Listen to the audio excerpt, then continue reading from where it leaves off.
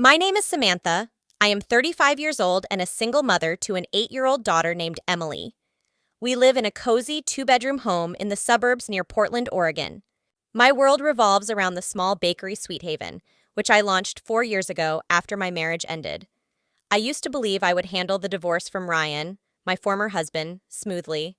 He was the type of man who made promises he never fulfilled. Following the court proceedings, he relocated to Nevada with his new wife and sent only a few brief messages to Emily on her birthday or during Thanksgiving.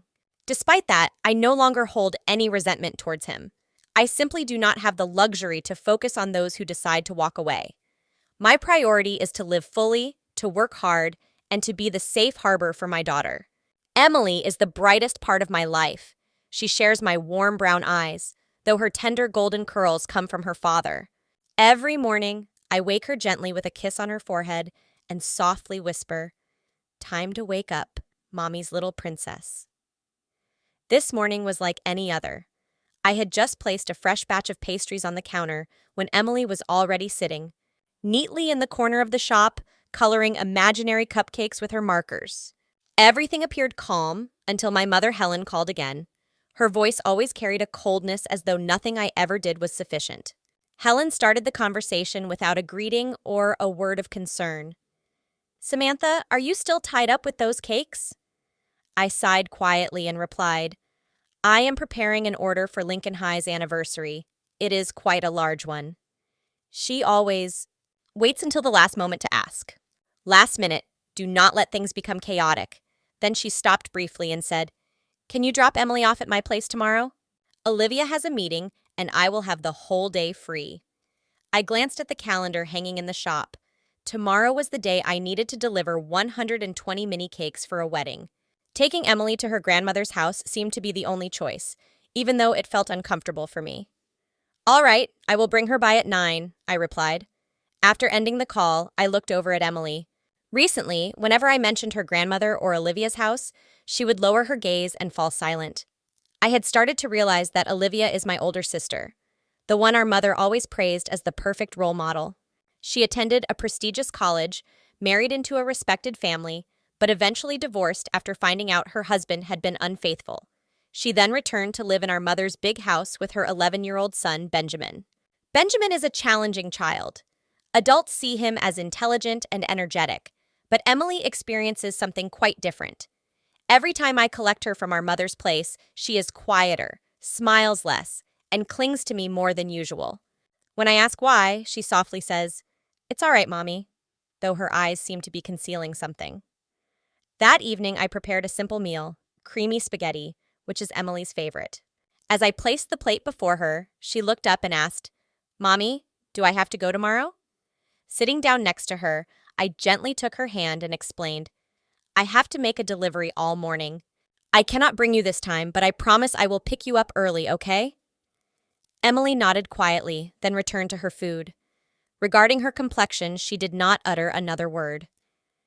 After tucking her into bed, I remained alone in the kitchen. Outside the window, a full moon hovered above the tranquil Portland sky. Quietly, I shut my eyes, wishing for tomorrow to pass smoothly, yet within me a subtle unease was stirring as if something awaited to emerge. I was uncertain what was approaching, but sensed this time it would alter everything. The following morning, rain fell, softly, droplets tapping on the car window in rhythm with the weight pressing on my chest. Emily sat quietly in the back seat, clutching the pink stuffed bunny I had lovingly sewn for her 7th birthday. Not a single word escaped her lips during the drive. Usually she would inquire about the bakery order or share stories about her classmates. However, today, only silence filled the car. I stopped in front of my mother's large gray house. The steps were spotless and the shrubs meticulously trimmed as usual, but no matter how pristine this place looked, it always sent chills through me. There was something unyielding about those white painted walls, a suffocating type of order seemingly not designed for delicate children. "Sweetheart, I will return to pick you up at 2, I promise," I said, turning to smile. Emily gave a slight nod. No smile responded, no hug, only a gaze that squeezed my heart. My mother Helen swung the door open before I could even ring the bell. She wore a beige coat, her hair neatly pinned back. "Right on time," she said with no expression. I intended to respond, but my words fell away. Inside, I spotted Olivia sitting on the couch with her laptop. She glanced at me briefly, then looked away. Back at the screen, Benjamin was sitting at the far end of the hallway, absorbed in a game on his tablet. He did not even glance up. "Emily, bye, Mommy," Samantha whispered quietly before stepping into the house, still holding her stuffed bunny tightly. I returned to the car feeling uneasy. Something was off, as if my daughter was entering a place she did not want to belong to. But work called, and I had to complete the wedding order or risk losing my most important client of the month. All morning, I rushed back and forth between the oven and decorating station, but my thoughts kept drifting to the expression in Emily's eyes as she left the car. I had seen that same look before, just 2 weeks earlier when I picked her up from Mom's. She moved slowly, did not rush to hug me like usual, just stood stiffly at the door and nodded when I asked if she had enjoyed herself. At the time, I thought it was simply fatigue, but it was fear. At exactly 2 o'clock, I arrived back at my mother's house. I quickly knocked 3 short times. My mother answered the door with a polite smile, noting I was a bit early. "I promised I would be here," I said, striving to keep calm. "Where is Emily?"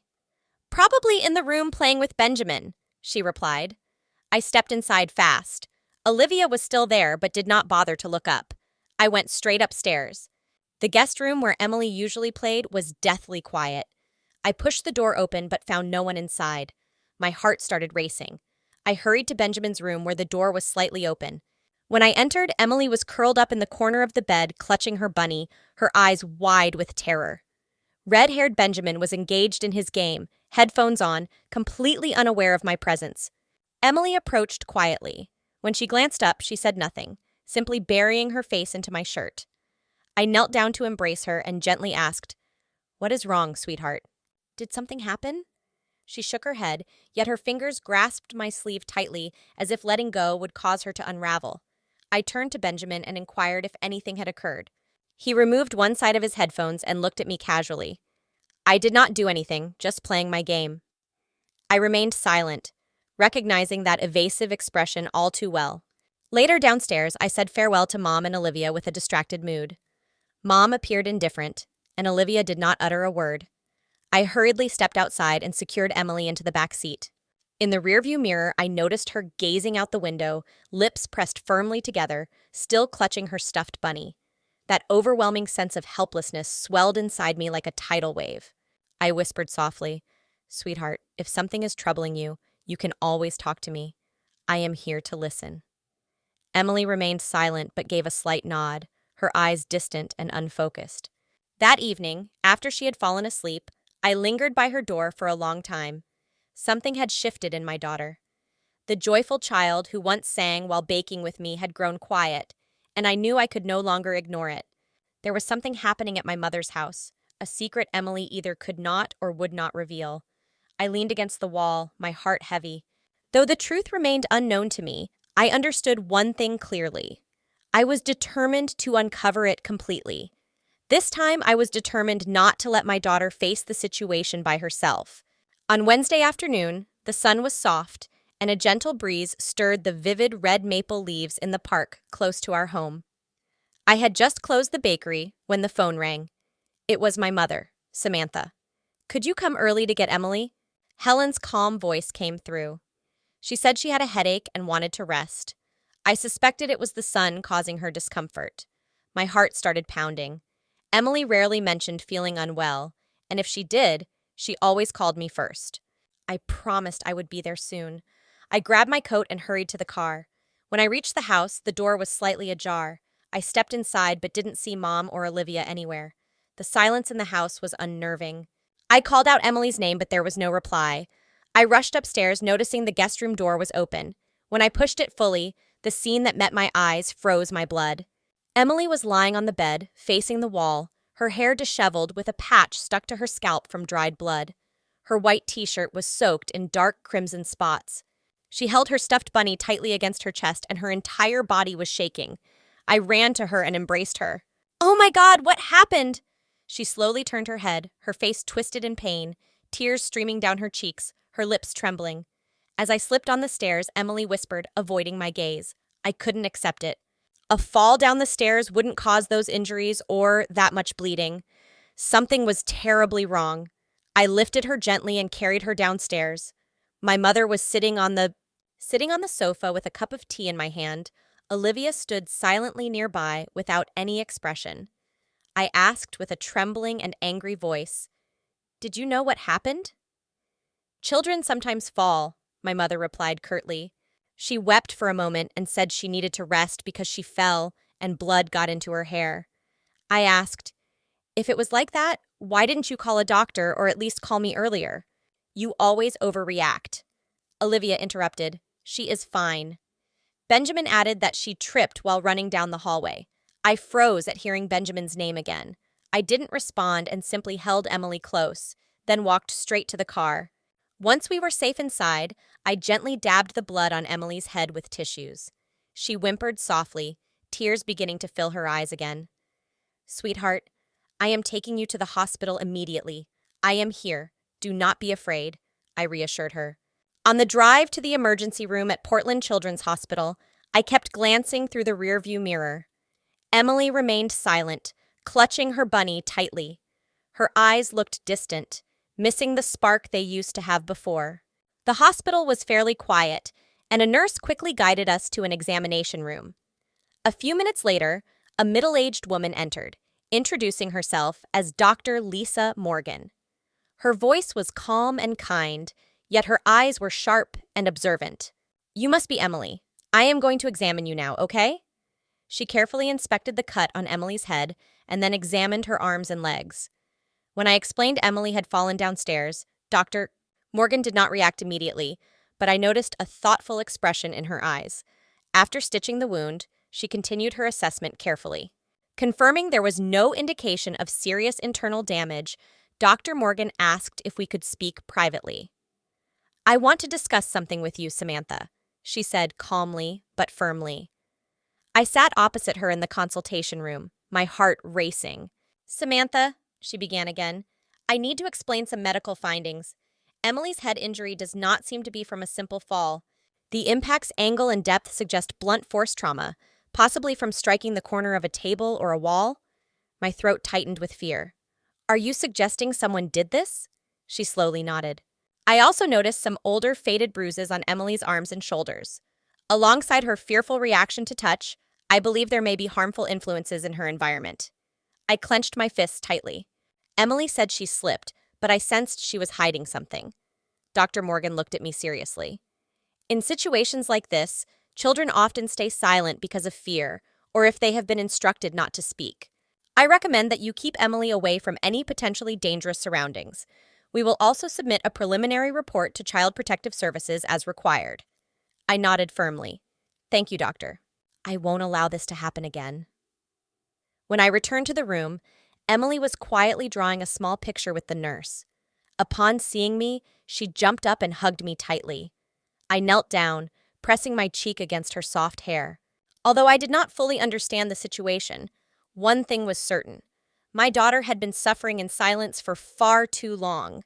I whispered softly, "I'm here now."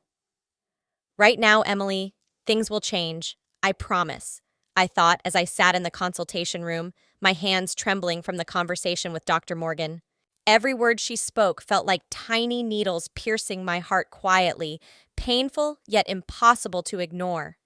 Emily had suffered not just once. She showed signs of deep, long-lasting damage, and I, her mother, had failed to notice it until now. "I would like to keep Emily overnight," Dr. Morgan said, breaking my thoughts.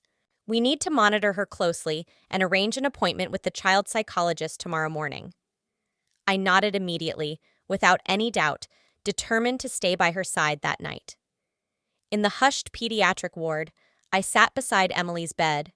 The gentle light from the hallway filtered softly through the small window in the door. Emily slept clutching her bunny as if it were a shield. Her face appeared serene, but faint traces of suffering lingered there. My heart felt heavier than ever, like a stone weighing me down. I had been alerted by subtle changes in her behavior, but foolishly dismissed them as mere adjustment to a new environment. Now, I could no longer deceive myself. The next morning, Dr. Rachel Bennett, a child psychologist, arrived to see Emily. She wore a kind smile and spoke in a soothing and reassuring tone. "Would you like to draw something with me, Emily?" she asked, holding a box filled with colored pencils and sheets of paper. Emily gave a quiet nod and settled at the small table beside the window.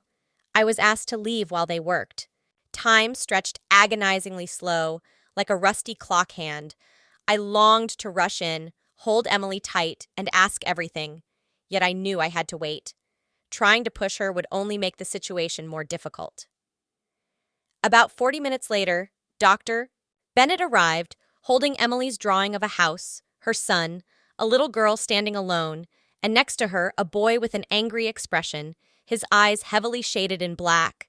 I cannot draw any definite conclusions yet, but Emily clearly shows signs of anxiety when it comes to her cousin Benjamin, she said carefully but earnestly. She portrayed him as an intimidating figure, repeatedly using dark tones to illustrate her experiences with him. I swallowed hard as a shiver ran through me. Did she mention what had happened? Emily is not ready to speak openly yet, but she kept saying, I am not allowed to tell. When I asked who had said that, she simply shook her head and changed the topic.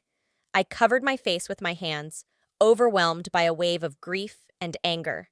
I understood right away that someone had made Emily believe that telling the truth would lead to worse consequences.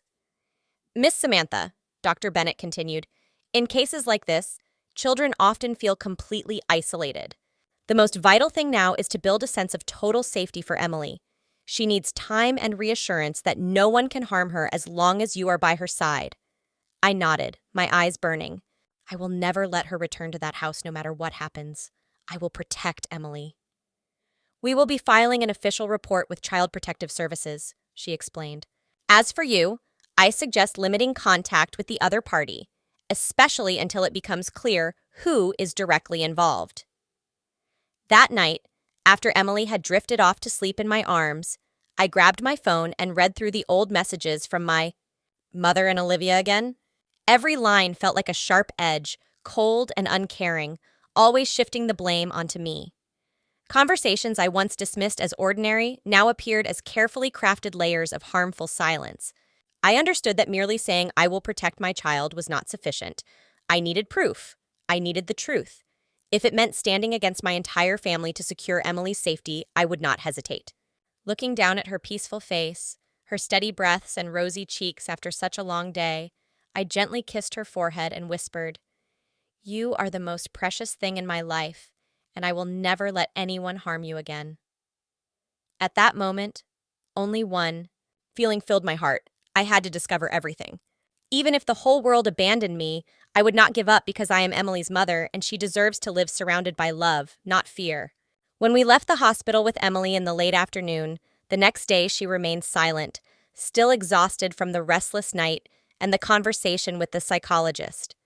During the drive home, Emily asked only one question. Mom, I don't have to go back to Grandma's house, right? I held the steering wheel tightly, glanced at her through the rearview mirror, and replied, voice shaking, No, darling, I promised you won't. Yet inside, I was struggling. I knew that without concrete evidence for everything I claimed could easily be dismissed by my mother and Olivia. Since my mother was once a lawyer, she had the skill to twist any situation into nothing more than a misunderstanding, and Olivia always played the role of the flawless daughter. From their perspective, if I cut off contact without a clear reason, they would place all the blame on me, and worse still, they might try to approach Emily behind my back. That night, after Emily was fast asleep, I called Maya, my closest friend from college who is now a software engineer. I explained everything and said, I need your help. This is serious. It concerns my daughter. Maya did not ask many questions. She simply said, Give me that stuffed bunny and leave the rest to me. 2 days later, Maya returned the familiar pink bunny. It looked exactly the same with every stitch untouched, but inside, she had hidden a tiny camera that could record continuously for up to 4 hours and stream live video through an app Maya had installed on my phone. I stared at the bunny, emotions swirling inside me. No one ever wants to have to use something like this on their own family, but I knew that truth was the only thing that could protect Emily. On Saturday morning, I called my mother. Her voice was as cold as ever. Samantha, I thought you weren't going to call back. You are making a big deal out of nothing. I kept my tone firm and said, I have an important event tomorrow morning, a pastry conference with a major client. Can you watch Emily for a few hours? She paused briefly, then said, Fine, bring her over. At 9 o'clock, Ryan would be home as well. After the call, I sat silently in the kitchen with the bunny resting before me. Emily emerged from her room yawning, her hair all tangled. I knelt down and smoothed it behind her ear. Emily, today you will visit Grandma for a little while, but this time Mommy will be nearby, I said. She looked uncertain, so I handed the bunny into her hands. Today, the bunny has a special mission. It will help Mommy understand what is going on around you even when I am not there. Emily hugged the bunny more tightly. Can it talk to you? I nodded. Yes, in its own way. Just keep it close, and Mommy will know you are all right. When I dropped Emily off, Olivia opened the door looking hesitant. I thought, let's hope there won't be another scene this time. I didn't reply, but bent down to kiss Emily's forehead and whispered, I will come back for you soon. I did not go far. Maya had assisted me in setting up live streaming through the app. I sat in a cafe 3 blocks away with earbuds in, eyes fixed on the screen. For the first 2 hours, everything seemed normal. Emily was in the living room coloring by the window. My mother walked by occasionally, and Olivia scrolled through her phone. Around noon, Benjamin appeared entering the frame with a toy car. Why did you bring that silly thing? His voice sounded sharp. Baby stuff, he said. Emily flinched, clutching the bunny tightly. It is mine. Keep it here, I said. The footage trembled slightly as Emily pushed back and Benjamin leaned down trying to grab it. I tried to grab the bunny, but Emily held on tightly. Stop it, please, she begged. Suddenly, there was a loud thud, the sound of something hitting the wooden floor. I jumped up, heart racing, and the screen flickered for a few seconds before stabilizing. Emily was sitting on the floor, holding her head, tears streaming down her face. Benjamin stood nearby, breathing heavily, then looked away as if nothing had happened. I did not hesitate for another moment. I grabbed my keys and rushed straight to my mother's house. All I could think about was how much Emily had already suffered, and I refused to let her endure even one more minute. I do not remember how fast I drove, just that my hands trembled as I opened the car door, my heart beat loud in my ears. When I arrived, I hurried up the steps without knocking. The door flew open just as I turned the knob. My mother stood there, shocked. Samantha, what is going on? Why are you here? Where is Emily? She asked. I cut her off, my eyes fixed on the stairs. She is in the room with Benjamin. I passed by her, not waiting for another word, and ran straight to the living room, the same place I had just seen on the screen. The door was open, and there was Emily, sitting alone on the floor, clutching her bunny, eyes red, cheeks wet with tears. Benjamin stood by the bookshelf, hands in his pockets, acting as if nothing had occurred. I rushed over to Emily and pulled her into my arms. Her whole body was shaking. I am okay, Mommy, she whispered. I turned to Benjamin, glaring down at him. What did you do to my daughter? I demanded. She shrugged and refused to show me the bunny, saying that was all there was. At that moment, Olivia entered, probably attracted by the commotion. Samantha questioned what was happening and why I was yelling. I stood up, clutching Emily tightly, directing my gaze at Olivia. I said, You know what has been going on and I have evidence. Olivia froze and asked, What evidence? I took my phone out of my pocket and played the video from Maya's app. The footage was unmistakable. Benjamin pushing Emily, snatching the bunny, then walking away without remorse. My daughter's sobs resonated through the silent room. Olivia turned pale, but instead of apologizing, she pursed her lips and retorted, He is just a kid, Samantha. Kids fight over toys all the time. Why do you always make a big deal out of it? I could no longer stay quiet. Fighting over toys does not land a child in the hospital needing stitches, and you call that nothing. Suddenly, my mother stormed in, her voice sharp, saying, Samantha, are you accusing your own family over a childish quarrel? Nothing serious happened. I turned sharply to face her and said, Nothing serious?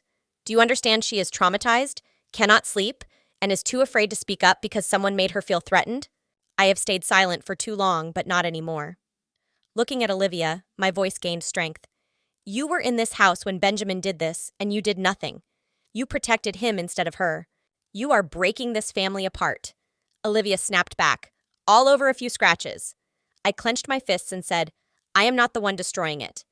Apart from those who refused to see the truth, I was the one who acted. I carried Emily to the car in the heavy, tense quiet of the house.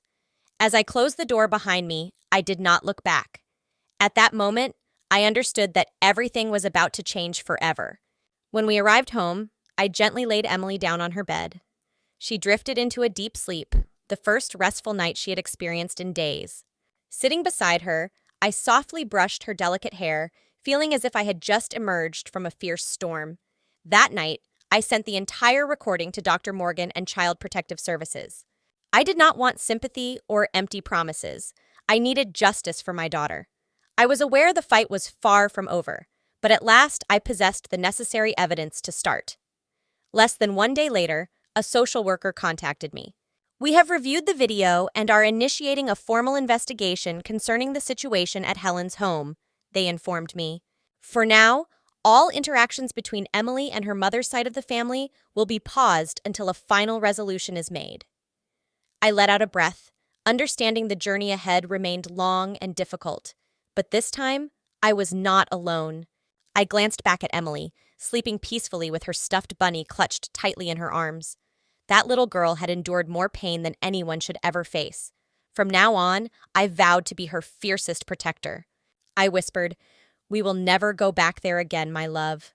I promise." 3 days after sending the video recorded by the bunny, the official investigation began. A representative from Oregon Child Protective Services reached out to me. On Tuesday morning, I was informed that interviews would be held with every member of my family, my mother, Olivia, Benjamin, and Emily, alongside a child psychologist.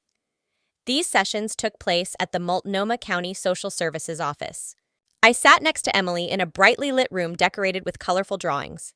A caseworker named Julia, who had kind eyes and a soothing voice, knelt to Emily's eye level and said, "You can tell me anything you want, sweetie. No one will hurt you here, okay?" Emily glanced at me briefly before giving a slight nod. I stepped outside, feeling my chest tighten, but I understood this was essential to help my daughter find the courage to speak. That same afternoon, I was called back to hear the initial conclusions. Julia looked at me seriously and explained that Emily had confirmed Benjamin often pushed her, took her toys, and intimidated her when no adults were watching. Emily also said that whenever she attempted to share this with someone, both Aunt Olivia and Grandma told her to stay silent because Benjamin did not intend harm and that children needed to learn to share. A chill ran down my spine. Julia went on to describe the supporting video evidence, Emily's testimony, and Dr. Morgan's report. She stated that there was enough evidence to take action. The following day, the police would officially interview Miss Helen and Miss Olivia. The next morning, I received a call from Inspector Martin, the officer assigned to our case. He informed me that the initial statements had been completed and that Benjamin had been placed temporarily in a special adolescent counseling center during this process. The treatment ensured he would have no interaction with her. Emily. I exhaled deeply, finally seeing a faint ray of hope at the tunnel's end. Later that day, law enforcement showed up at my mother's residence with a court mandate. My mother faced charges for neglectful supervision of a minor, while Olivia was accused of disregarding harmful conduct by a child under her care. Neither was arrested, but both had to enroll in a 6-month family rehabilitation counseling program and fulfill 120 hours of community service. I understood that no punishment would undo what Emily had experienced, but this marked the start of the truth coming to light. As for Benjamin, he was moved to a child psychology center in Eugene, roughly a 2-hour drive from Portland. There he received therapy 3 times weekly, focusing on managing behavior and emotional processing. The trauma Emily endured, although caused by another child, still highlighted warning signs that demanded early intervention. 1 week later, I got a court document officially awarding me sole custody of Emily. All visitation privileges from the maternal relatives were suspended indefinitely. Holding Emily's small hand as I left the courtroom, I felt as if a burden that had weighed heavily on me for too long was finally lifted. My mother attempted to contact me several times afterwards, leaving messages which sounded gentler than before. "Samantha, I understand you're upset, but we are still family." I listened quietly. I reached out to everyone but did not answer back. For the first time in many years, I chose silence, not because I was afraid, but because I no longer owed anyone my suffering. Emily returned to school, closely supervised by a school counselor. She also began meeting with a therapist weekly, and gradually, I saw her smile come back. One afternoon, while preparing dinner, she tugged on my hand and pointed at the pink tulips outside. "Mommy, guess what? I am not scared anymore." I knelt down and hugged her tightly. "Me neither. We made it, sweetheart." Our journey is far from over, but through every challenge, I have learned that even in a world that sometimes rejects the truth, there is still hope if you have the courage to face the darkness. Now, I am not just a mother protecting her child. I am the one who revealed the truth because my little girl deserves safety and love. Spring arrived late in Portland, bringing gentle rain and the delicate aroma of cherry blossoms drifting through the calm streets. Emily had become much more stable after 3 months of regular therapy with Dr. Rachel Bennett, twice a week. I would take her to the counseling center, where the rooms were decorated with vibrant colors, dolls, drawings, and plush toys. There, Emily did not have to speak unless she felt ready. She could draw, play, and allow her emotions to express themselves. "She is responding very well," Dr. Bennett told me in a recent session. "Underneath, there is still some fear, but Emily is learning to identify her feelings, which is a crucial first step." On the road to recovery, I observed Emily through the one-way glass. She was carefully stacking blocks and giggling quietly each time they fit together. A tightness gripped my throat because every smile she gave felt like a small triumph. A tiny victory, yet strong enough to strengthen me day by day. Our lives were turning to a fresh beginning as well. I had made the choice to sell our small apartment near the bakery, the first home we had shared, but also the place linked to so much uncertainty. With years of savings from the business and a subsidy from the Oregon Single Parent Support Fund, due to Emily's unique situation, I managed to purchase a modest house in the southern suburbs. It was peaceful with a yard and a large maple tree out front. Emily squealed with delight the moment she stepped inside and said, "Mommy, real grass. Can I plant flowers?" I smiled and replied, "Of course, we will plant tulips like the ones in front of the bakery, remember?" She nodded eagerly. That evening, Emily went to bed earlier than usual while still holding her stuffed bunny, which had become just a toy and no longer a secret protector. I stood on the porch watching the light glow softly from her bedroom window and felt a deep sense of calm in my chest. I also began writing late at night, after closing the store and putting Emily to sleep. Sitting at my laptop, I documented our path, every moment, every scar, every choice, not to dwell on the pain, but so that other mothers lost in the darkness might understand they are not alone. 4 weeks later, I received an invitation from Safe Steps Oregon, an organization dedicated to supporting families dealing with emotional trauma. The children had read my personal blog where I shared Emily's story with honesty and bravery. They invited me to speak at their yearly panel for parents and child psychology experts. At first, I was reluctant because public speaking had never been something I was good at. But then I looked at Emily, who had become braver by raising her hand in class and expressing her emotions without fear. I realized I had to leave my comfort zone just as my daughter does every single day. The first presentation happened in a community library. I stood on a modest stage under gentle lighting, facing dozens of faces, fathers holding their children, mothers quietly wiping away tears. I shared my journey with no exaggeration or judgment. I talked about the initial uncertainty, the pain of uncovering the truth, and the resilience born from unconditional love. At the end, a young woman approached me, holding my hand with tear-filled eyes. "Your story made me understand that I need to speak up too, thank you," she said. I held her hand softly and replied, "We are all stronger than we believe." In the following month, invitations poured in from schools, parent support groups, and even a local radio station. I was no longer just the mom who baked treats and stayed behind the counter. I was Samantha, a mother who fought back, who stood up, who chose truth instead of silence. Every morning, Emily and I watered the garden we had planted with tomatoes, chrysanthemums, and a small lavender bush. One afternoon, while washing her hands in the backyard, Emily whispered, "Mommy, I am not scared. No longer do I feel uncertain because whatever unfolds, you will trust me." I pulled her close, sensing her tiny heart beating steadily against mine. "That's right, sweetheart. I will always trust you and stand by your side," I whispered. Bathed in the early summer sunshine, one truth became unmistakably clear. We did not merely endure the storm, we discovered the strength to live more resiliently after the rain. June arrived with golden sunlight spreading across the backyard of our new home.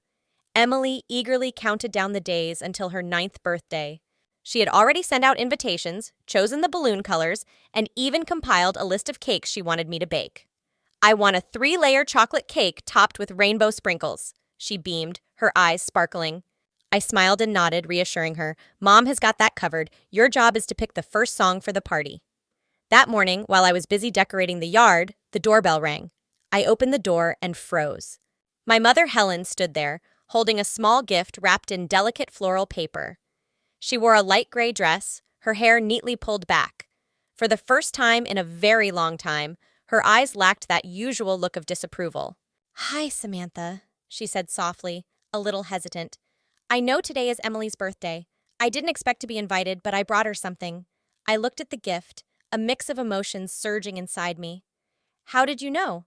Did you forget?" she asked gently. "No, I still keep all the grandchildren's birthdays on my calendar," she replied with a sad smile. At first, I thought I had judged her wrongly.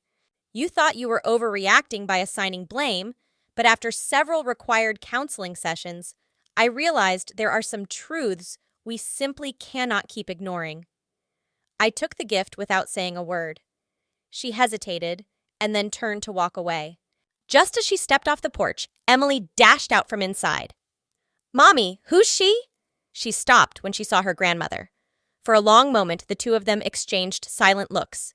Helen knelt down and whispered, "Happy birthday."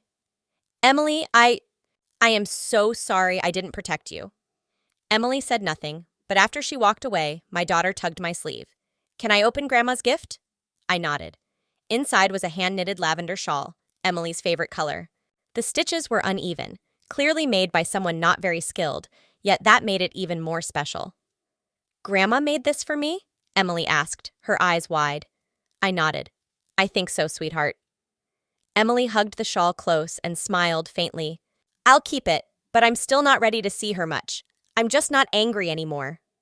I wrapped my arms around her and said, "You don't have to forgive if you're not ready.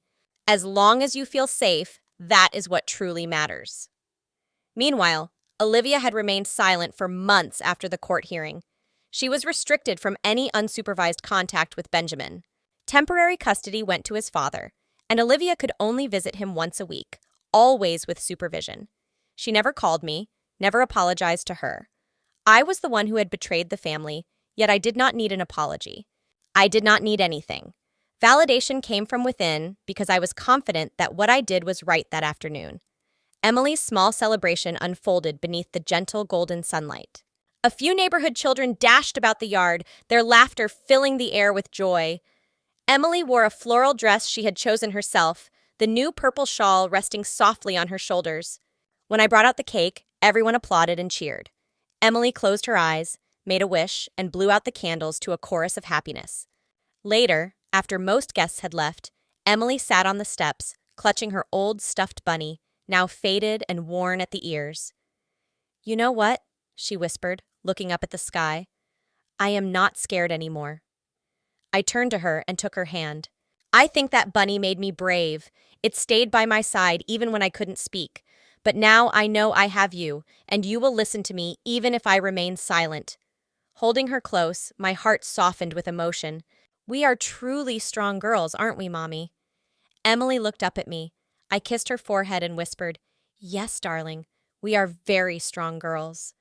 A gentle breeze swept through, carrying the scent of lavender from the backyard. I gazed around our new home at my daughter, who had faced fear with quiet bravery. I realized that while this journey had tested us, we had emerged on the other side. From this moment forward, we would not merely exist, we would live freely, completely, and with love. From our experience, I have come to understand that silence is never the way to protect the people we cherish. Sometimes, to truly protect those we care for, we must find our voice. As a parent, you must find the strength to confront even those closest to you.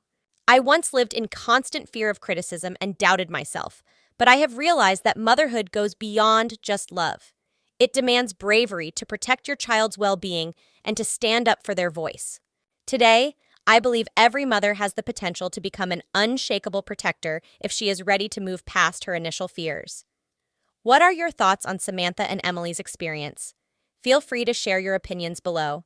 Be sure to subscribe to the channel so you never miss more heartfelt stories and meaningful lessons about family, love, courage, and resilience. Heartfelt stories and meaningful lessons about family, love, courage, and resilience.